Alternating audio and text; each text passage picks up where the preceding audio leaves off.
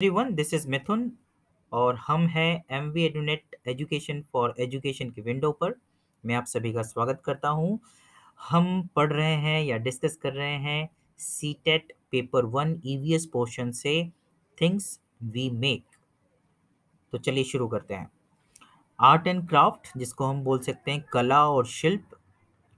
Things we make में हम specifically India के डिफरेंट आर्ट्स के बारे में, डिफरेंट पेंटिंग्स के बारे में और इवन रहन सहन के बारे में डिस्कस करने वाले हैं। और ये कुछ थोड़ा मेमोरी बेस्ड कंटेंट होगा, इसमें बहुत ज़्यादा लॉजिकल बातें नहीं हैं। तो हमें कुछ कुछ चीज़ें याद रखनी पड़ेगी या कनेक्ट कर सकते हैं हम, अगर हमने ट्रैवल किया हो इंडिया के अलग अलग पार्ट से या हम अलग अलग पार्ट को बिलोंग करते हैं।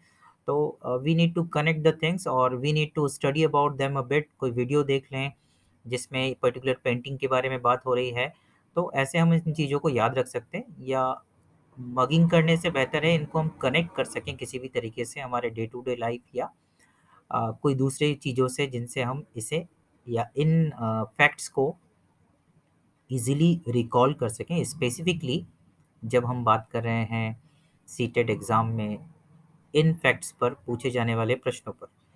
लेकिन थोड़ा-सा अगर हम रिकॉल करेंगे कि before declaring the exam dates या नोटिफ़िकेशन आने से पहले कि आप फॉर्म फिल कर सकते हैं, तब सीबीएसई ने या सीटेट ने जो इस बार के एग्ज़ाम्स में as per the guidelines provided by new education policy, उसके आधार पर कुछ चेंजेस करने की बात की थी। सिलेबस में नहीं, लेकिन क्वेश्चंस में। Questions will be now more application based, analyse level के होंगे, न कि मेमोरी बेस्ड के। तो नो डाउट फैक्ट बेस्ड से ज़्यादा ये होंगे अंडरस्टैंडिंग, एप्लीकेशन और एनालिसिस बेसिस पे। तो हमें इस पूरे कंटेंट को इस डायरेक्शन में समझना है कि कैसे हम इनको लिंक कर सकें। यस, तो चलिए शुरू करते हैं। आर्ट एंड क्राफ्ट, जैसा कि हम बात कर रहे थे कि इसका अर्थ होता है कला और शिल्प। तो कला चाहे वो किसी भी फॉर्म में हो, सिंगिंग के फॉर्म में हो, डांसिंग के फॉर्म में हो, म्यूज़िक के फॉर्म में हो, पेंटिंग के फॉर्म में हो। और क्राफ्ट जो हम बात करते हैं स्पेसिफिकली, जो हाथ से हस्तशिल्प कहा जाता है या शिल्प या किसी तरह की कलाकारी के बारे में हम बात करते हैं। ओके, तो इंडिया में हम देखें तो India is the most diverse country on the earth. Yes, यहाँ हम कल्चर की बात करें, आर्ट की बात करें, क्राफ्ट की बात करें, हमें बहुत वैरायटी देखने को मिलती है। We see immense variety of all such things. Languages हो, लिविंग हैबिट्स हो, क्लोथिंग हो, ड्रेसिंग सेंस हो, ईटिंग हैबिट्स हो, we have huge variety. India के एक पार्ट को, नॉर्थ को देखें तो साउथ से काफ़ी हम देखते हैं कि काफ़ी ज़्यादा चेंजेस आ जाते हैं, वैरायटीज़ हमें देखने को मिलती है। हम बात करें ईस्ट और वेस्ट की, तो we find immense variety, huge differences in the sense of variety only. Okay, तो काफ़ी डाइवर्स कंट्री है हमारी, ये हमें ध्यान में रखना है। Each region of the country have some unique and traditional craft to offer. अभी हमने लास्ट ईयर ही देखा सीबीएसई ने आर्ट इंटीग्रेटेड प्रोजेक्ट्स इंक्लूड किए, क्योंकि हो सकता है हमारी पूरी एजुकेशन ख़त्म हो जाए लेकिन हम हमारी कंट्री के बारे में ही नहीं जान सकें कि हमारी कंट्री कितनी प्रेशियस है, कितनी डाइवर्स, या हमारा लिटरेचर या हमारा कल्चर कितना रिच है, ये बच्चा कभी जान ही ना सके। और वो जिस क्षेत्र में रहता है, जिस रीजन में रहता है, उसी को ही कंट्री समझे या उसके परे ना सोचे या दूसरे पार्ट्स को वो अपना ना समझ पाए, ऐसा भी हो सकता है। तो पूरे भारत देश को वो अपना देश समझे, देश के हर एक हिस्से को, देश की हर एक ट्रेडिशन को, कल्चर को, आर्ट को, क्राफ्ट को वो खुद के साथ आत्मसात करें या खुद से जोड़कर देखें या खुद को उससे जुड़ा हुआ महसूस करें। इसलिए आर्ट इंटीग्रेटेड प्रोजेक्ट्स में किसी एक स्टेट को किसी दूसरे स्टेट का, जैसे मध्य प्रदेश के लिए शायद नागालैंड और मणिपुर था, वहाँ के आर्ट रिलेटेड प्रोजेक्ट्स बच्चों को देना था। तो this is a good initiative taken by CBSE. अब वो कितना इम्प्लीमेंट कर सकते हैं, that is to be seen. तो हमारी कंट्री ऐसी है कि यहाँ हर एक क्षेत्र की अपनी एक विशेष कल्चर हो सकती है या आर्ट हो सकता है या क्राफ्ट हो सकता है। यस। अब हम स्पेसिफिकली पेंटिंग्स के बारे में बात करते हैं। The variety of paintings we find in different parts of our country. Yes. तो देखते हैं, सबसे पहला है Chitrakathi painting. This painting belongs to Maharashtra. ये याद रखने वाली बात है, कुछ फैक्ट्स हमें मिलेंगे जो हमें याद रखना होगा। महाराष्ट्र से बिलोंग करती है ये पेंटिंग ट्रेडिशनली। और ये पेंटिंग का एक जो मकसद होता है या पर्पस होता है कि ये स्टोरीज को डिपिक्ट करती है, स्टोरीज को दर्शाती है। बहुत सारे पेंटिंग्स ऐसे होते हैं जो अपने आप में एक कहानी प्रस्तुत करते हैं। तो महाराष्ट्र की ये जो ट्रेडिशनल पेंटिंग है Chitrakathi, yes, Chitrakathi painting, these are made by natural colors only, and they are depicting different stories. Okay, let us move ahead. Next type of painting है कलमकारी। कलमकारी पेंटिंग जो कि आंध्र प्रदेश को बिलोंग करती है। यस, आंध्र प्रदेश को बिलोंग करती है। नेचुरल कलर्स इसमें भी यूज होता है, क्योंकि ये सब ट्रेडिशनल पेंटिंग की बात की जा रही है, तो नो डाउट्स लगभग सभी में नेचुरल कलर्स, लीव्स, फ्लावर्स और दूसरी चीजें जिनसे कलर्स बनाई जा सकती है नेचुरली, उनका उपयोग किया जाएगा। Is used, they are also done on cloth and block paintings. तो कपड़ों पर बनाया जाता है और ब्लॉक प्रिंटिंग भी की जाती है। ब्लॉक प्रिंटिंग किसको कहते हैं? जब हम वुडन ब्लॉक्स को या ऐसे किसी भी पार्ट को यूज करते हैं जिसमें पैटर्न को हम उकेर लेते हैं और उसको फिर कलर में डिप करके फिर कपड़ों पर हम इम्प्रिंट करते हैं, छापते हैं, जैसे हम थंब इम्प्रेशन करते हैं या फिर हम कोई सील लगाते हैं, उस तरीके से। तो ये आंध्र प्रदेश का ट्रेडिशनल पेंटिंग फॉर्म है जो कि नेचुरल कलर से किया जाता है और क्लॉथ्स पर किया जाता है। इसका एक पिक्चर भी हमें देखने को मिल रहा है। फिर हम आगे बात करते हैं मधुबनी पेंटिंग। मधुबनी पेंटिंग काफ़ी फेमस है और लगभग हम में से सभी लोग जानते भी होंगे कि ये बिहार का स्पेसिफिक पेंटिंग है। यस, मधुबनी पेंटिंग का नाम आपने बार बार सुना होगा।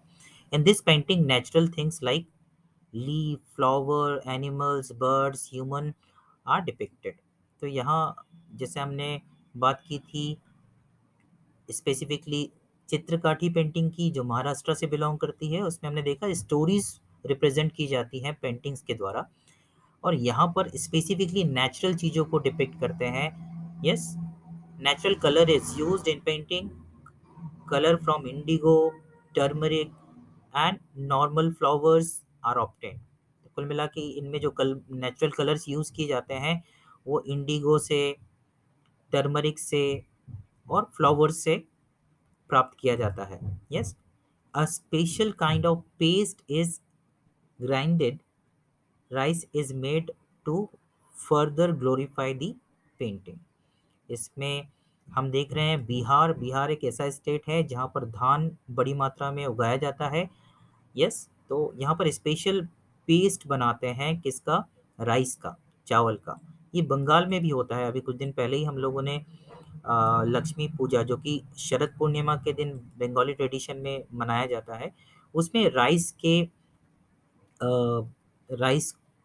को ग्राइंड करके वाटर में उसका पेंट तैयार करके उससे अलग अलग पैटर्न तैयार किए जाते हैं और ऐसा रिप्रेजेंट किया जाता है कि लक्ष्मी माँ इस पर्टिकुलर डेकोरेटेड पाथ से उनके पैर के निशान बनाए जाते हैं, जिसको हम फुटप्रिंट्स कहते हैं, वो बनाए जाते हैं कि लक्ष्मी माता इस तरीके से घर में प्रवेश करेंगी। So this is a kind of painting which is used traditionally in, इसको बंगाली में उसे अल्पोना कहते हैं, Alpana, Alpina. I might not be pronouncing it properly. Alpina बोलते हैं जनरली। तो उसके बारे में हम वैसे वो सिलेबस में नहीं है, फिर भी हम इसलिए बात कर रहे हैं क्योंकि हम बिहार को कनेक्ट करना चाह रहे हैं राइस से। ऐसा ही राइस का पेस्ट बनाकर बिहार के मधुबनी पेंटिंग को और ग्लोरीफाई करने के लिए, उसे और सुंदर करने के लिए किया जाता है। तो हम देख रहे हैं जो नेचुरल चीज़ें हैं, फ्लावर्स हैं, फिश है, उसको इस मधुबनी पेंटिंग में रिप्रेजेंट किया गया है। Yes. Now next is Pata painting. Is found in Odisha. Pata is generally a kind of Pata is the word which is actually relating to leaves, पत्ती, पौधों की पत्तियां या yes, it is found in Orissa. ये उड़ीसा का traditional painting है। इसमें भी नेचुरल कलर ही यूज किया जाएगा। फ्रॉम मिनरल्स, ये स्पेसिफिक बात है, मिनरल्स और वेजिटेबल्स। ऊपर हमने मिनरल्स के बारे में बात नहीं की, यहाँ पर हम स्पेसिफिकली बात कर रहे हैं कि मिनरल्स और वेजिटेबल्स। उड़ीसा ऐसे भी मिनरल्स के लिए प्रचलित है या प्रसिद्ध है। यस, अपनी आयरन ओर्स के लिए, आयरन माइंस के लिए प्रसिद्ध है। ओके, मिनरल्स एंड वेजिटेबल्स का यूज किया जाता है पाता पेंटिंग में। Painting is done on cloth, ये पेंटिंग भी क्लॉथ पर की जाती है। So picture is represented over here. Now Phad paintings, this painting is done on cloth and belongs to Rajasthan. ये राजस्थान को बिलोंग करती है ये पेंटिंग। ये भी क्लॉथ पे की जाती है और नेचुरल कलर से की जाती है। And you can see it is somewhat, the picture itself is telling that it is related to some king or the way the Rajputs are dressed. This is representing, clearly representing Rajasthan. Okay, moving ahead, these all paintings we are talking the part of our syllabus. There might be number of other paintings available at the different places, but we are talking about these as these are the part of the syllabus. पहले हमने देखा चित्रकाठी painting related to Maharashtra, जो कि कहानियों को प्रदर्शित करती है। फिर हमने बात की कलमकारी पेंटिंग, जो कि आंध्र प्रदेश को बिलोंग करती है और क्लॉथ्स और ब्लॉक्स पर बनाया जाता है। फिर हमने बात किया मधुबनी पेंटिंग की, जो कि बिहार की ट्रेडिशनल पेंटिंग है और इस नेचुरल चीज़ों को इस पर डिपिक्ट किया जाता है और स्पेशली राइस पेस्ट यूज़ किया जाता है पेंटिंग को और सुंदर बनाने के लिए। Pata painting, that is from Odisha, specifically minerals and vegetable colors are used. And then Path painting related to Rajasthan. तो राजस्थान, महाराष्ट्र, आंध्र प्रदेश, बिहार, ये इन जगहों के बारे में हमने बात की और इन जगहों के specific painting, traditional painting, famous paintings के बारे में हमने बात की। आगे बात करते हैं ट्रेडिशनल आर्ट के बारे में। यस, आर्ट यानी हम बोलते हैं कला। Art is a part of the culture, it is a skill and knowledge which are pass down through generation to generation. Some of the famous traditional art forms are given below.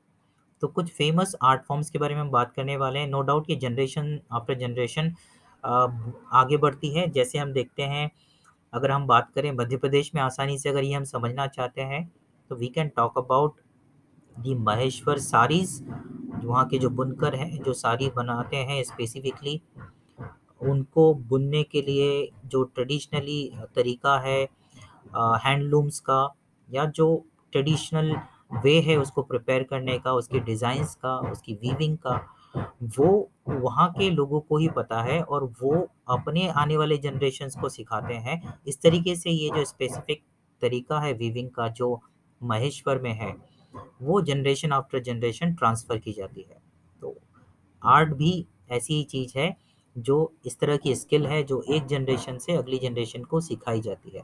Yes, तो कुछ जो major art forms हैं India में, कला के अलग अलग तरीके हैं, उनके बारे में हम बात करने वाले हैं जो फेमस है। जैसे ट्रेडिशनल आर्ट और वो किस स्टेट को बिलोंग करती है, हम उसके बारे में बात करेंगे। Jamdani, that is the famous art form of West Bengal, then Pashmina and Shahatut, that is of Jammu and Kashmir, then Patola, that is from Gujarat, then that is Bandana design, that is from Rajasthan and Gujarat, then chicken curry, very famous kind of what should I say, art form which is related to clothing or a specific art on the cloth pieces, that is from Lucknow. Then Muga silk बहुत famous है जो आसाम को belong करता है या आसाम से related है। Then then Pochampally, that is related to Andhra Pradesh.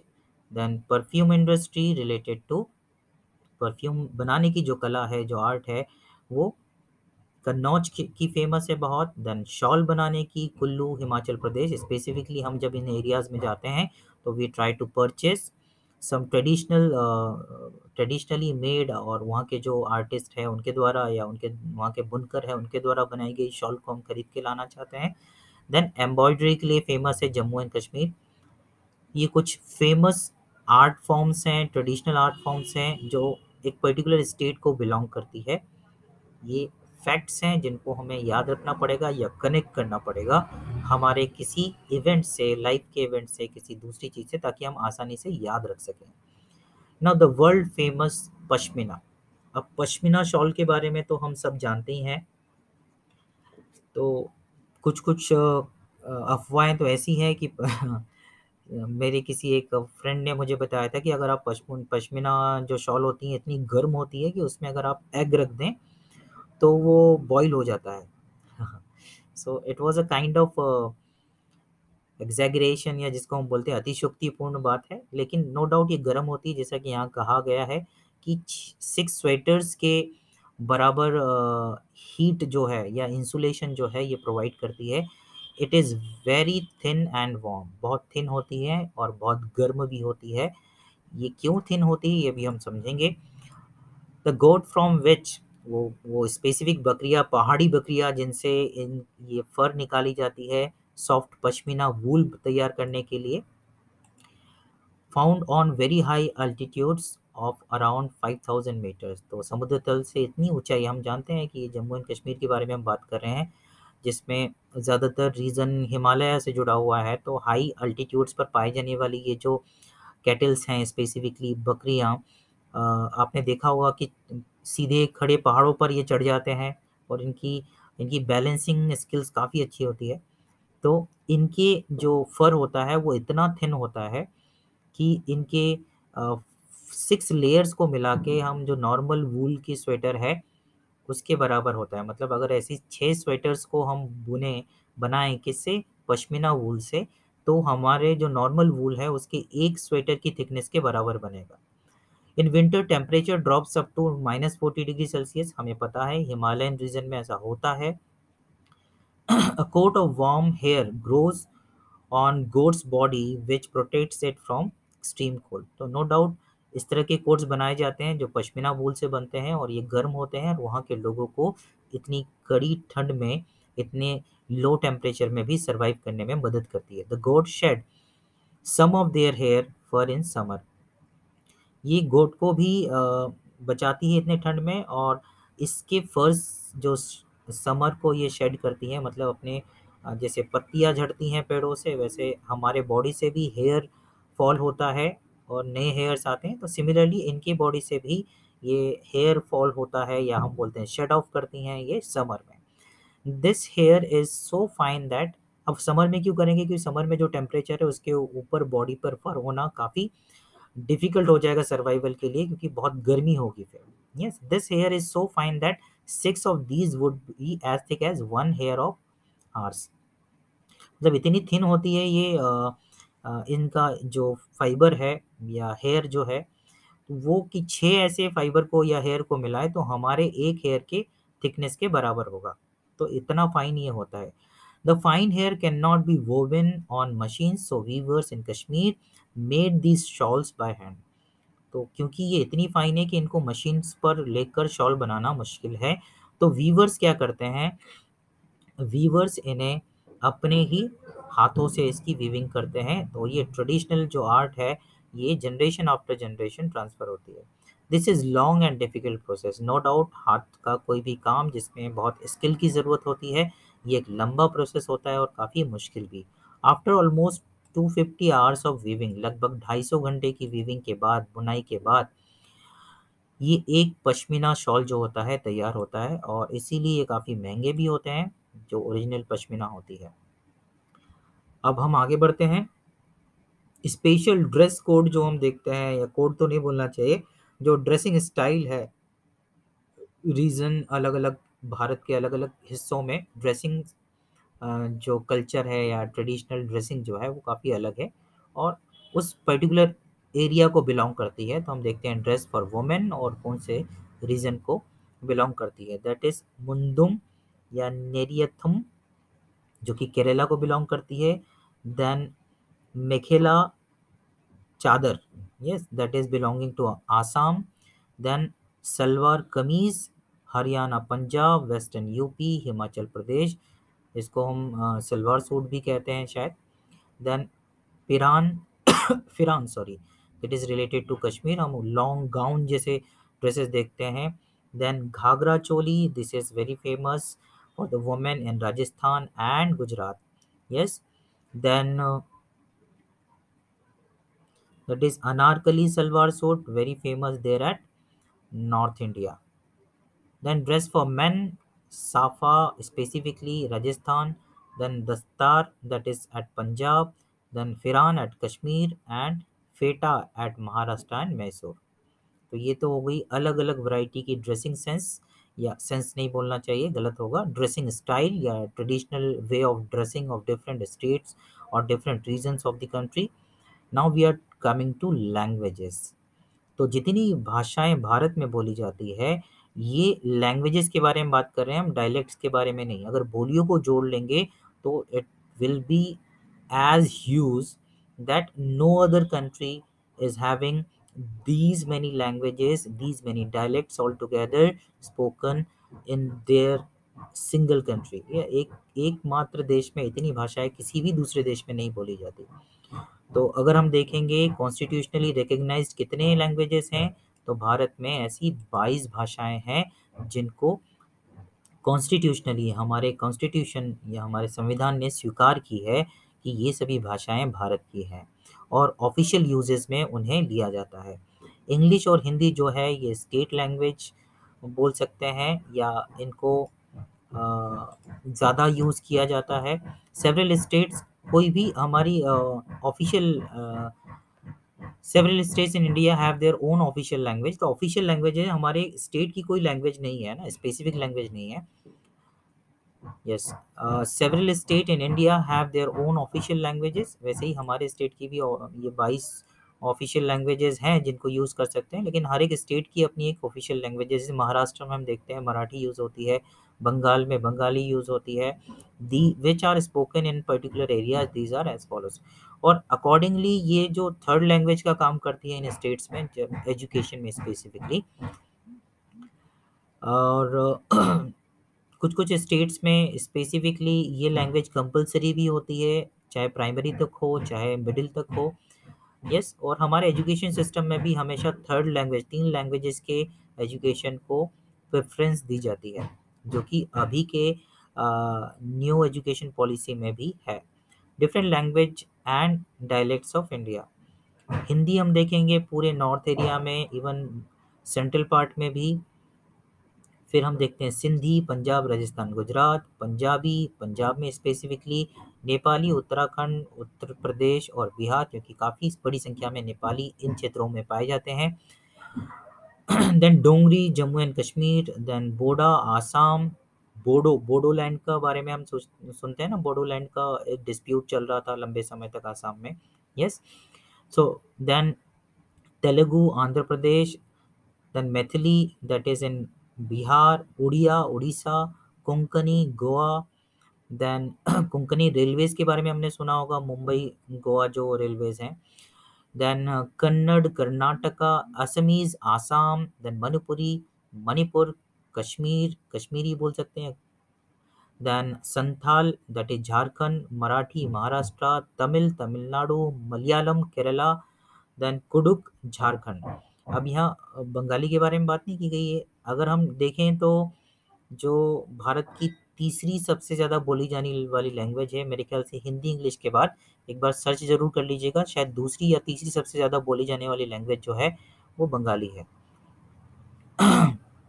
Then Braille script, हम सभी जानते हैं ऐसे लोग जो देख नहीं सकते हैं या देखने की जिनके साथ समस्या है, ब्लाइंड है या पार्शली ब्लाइंड है, वो लोग अपनी पढ़ाई के लिए जो लैंग्वेज यूज़ करते हैं या जो स्क्रिप्ट यूज़ करते हैं, लैंग्वेज नहीं बोलना चाहिए क्योंकि लैंग्वेज तो हिंदी, इंग्लिश, मराठी, उर्दू ये तमाम हो सकती है, लेकिन स्क्रिप्ट जो यूज़ करते हैं मतलब उनके लिए स्पेसिफिक 6 डॉट्स का, अगर आपने देखा होगा पेजेस पे उभरे हुए रहते हैं ये डॉट्स, और इन्हीं डॉट्स को वो लेटर्स की तरह समझते हैं और इन्हीं डॉट से वो शब्द बनाते हैं, इन्हीं डॉट से वो पढ़ाई करते हैं। कुल मिला के इसे ब्रेल स्क्रिप्ट कहते हैं।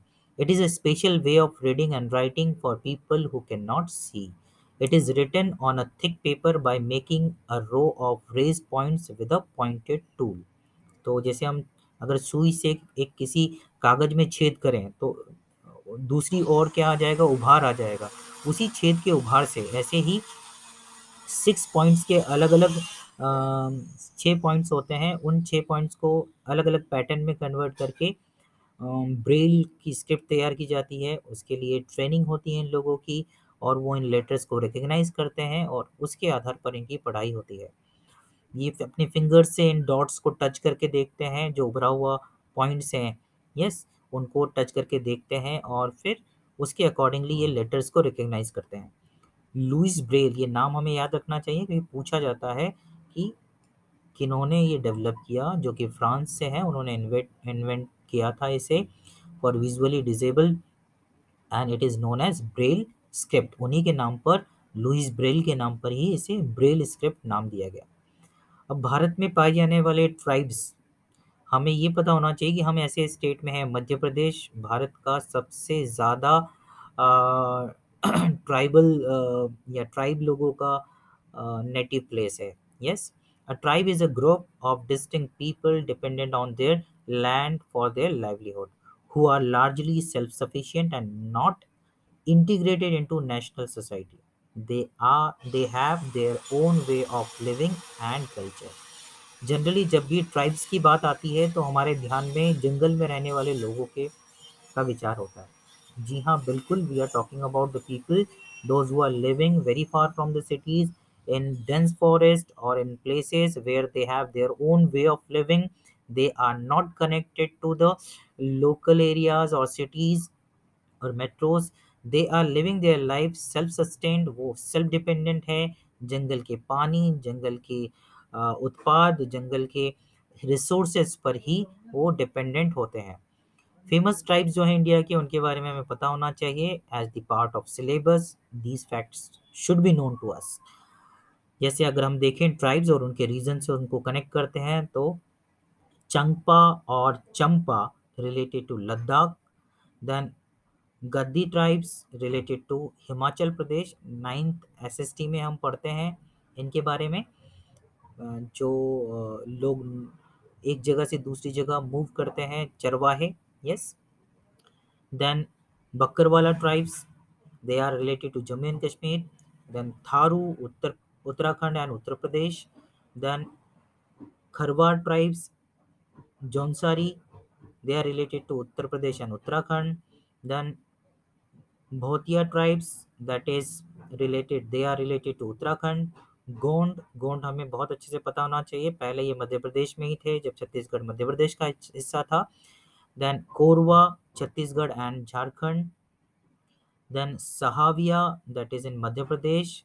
मीना, मीना लोगों का एक आंदोलन हमने, अगर हमें ध्यान होगा, that was related to accepting them as OBC. उनकी एक डिमांड थी, यस, उसको लेकर आंदोलन किया था मीना समुदाय ने। That is related to Rajasthan. Bhil, Rajasthan, Gujarat, Madhya Pradesh. Bhil हम मध्य प्रदेश वाले काफ़ी अच्छे से जानते हैं। Then Santhal, Jharkhand. Then Munda, that is Jharkhand. Then Khond, Naga, Garo, Khasi, Jaintia. ये सब, ये गारो, खासी, जांतिया जो है, ये अलग अलग हिल्स के भी नाम है और इन्हीं हिल्स पर पाए जाने वाले जो ट्राइब्स हैं उनको उसी नाम से जाना जाता है। तो ये स्पेसिफिकली नॉर्थ ईस्टर्न पार्ट में है, ये गारो, खासी और जांतिया। नागा, नागालैंड से भी हम जानते हैं, मणिपुर, इन्हीं जगहों पर ये सारे ट्राइब्स रहते हैं और ये यहीं पर ये सारे हिल्स हैं। और जो ये खोंड है, that is related to Orissa, and Jaintia Meghalaya region. Yes, then Kuki, that is, they are related to Manipur. Then that is lepcha, that they are related to Sikkim. Toda, Tamil Nadu.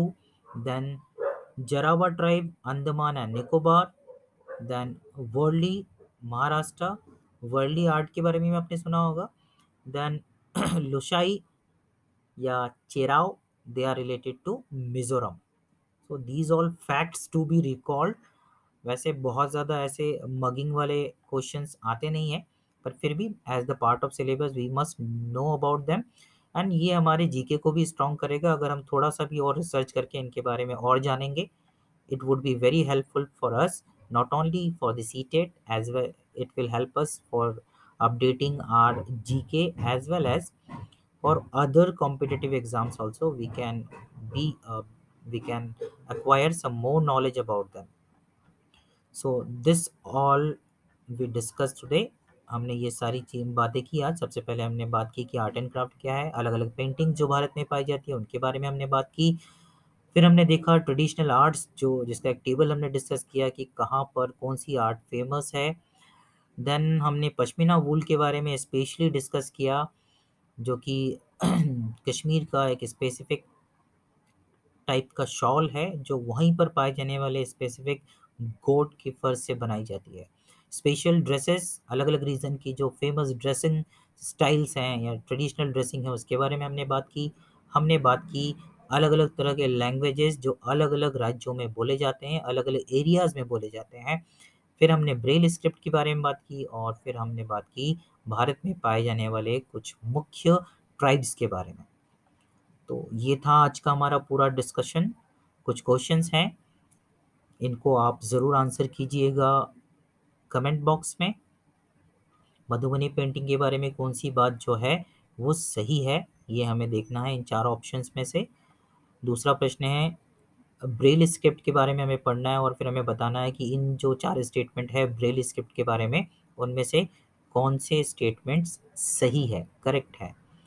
फिर Cheraw dance belongs to which state, we need to check it and answer it. Then means of Rajasthan war, Rajasthan के पुरुष जो है वो क्या पहनते हैं इनमें से, ये हमें बताना है। So this much from my side. I Mithun saying bye now. Good night, take care, Vande Mataram.